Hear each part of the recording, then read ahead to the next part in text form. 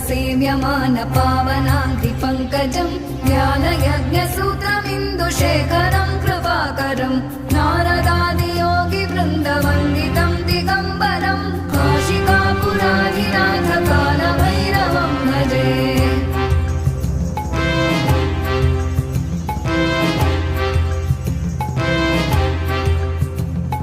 भानुकोटिभास्वरं भवाब्धितारकं परं नीलकण्ठमीप्सितार्थदायकं त्रिलोचनं कालकालमम्बुजाक्षमक्षशूलमक्षरं काशिकापुराधिनाथ कालभैरवं भजे।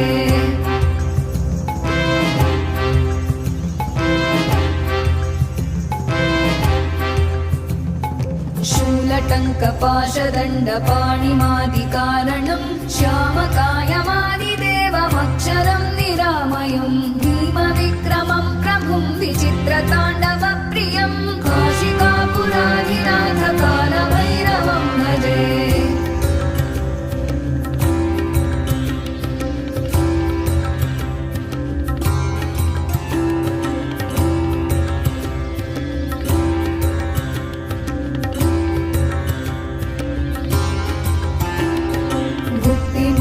दायकं प्रशस्तचारुविग्रहं भक्तवत्सलं स्थितं समस्तलोकविग्रहं विनिक्मणन् मनोग्रहेम किङ्किणीलसत्कटिं काशिकापुराधिनाथ कालभैरवं भजे।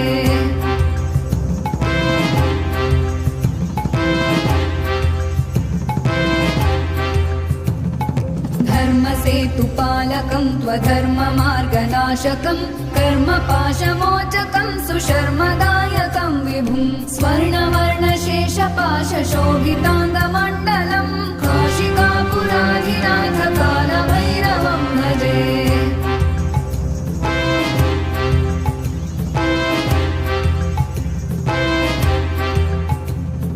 रत्नपादुकाप्रभाभिरामपादयुग्मकं नित्यमद्वितीयमिष्टदैवतं निरञ्जनं मृत्युदर्पनाशनं करालदंशमोक्षणं काशिकापुराधिनाथ कालभैरवं भजे।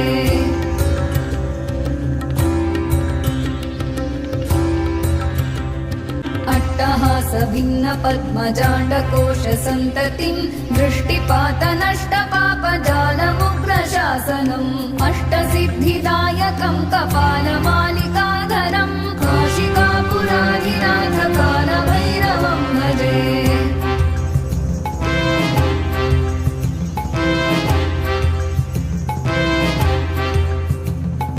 भूतसङ्घनायकं विशालकीर्तिदायकं काशीवासलोकपुण्यपापशोधकं विभुं नीतिमार्गकोविदं पुरातनं जगत्पतिं काशिकापुराधिनाथ कालभैरवं भजे।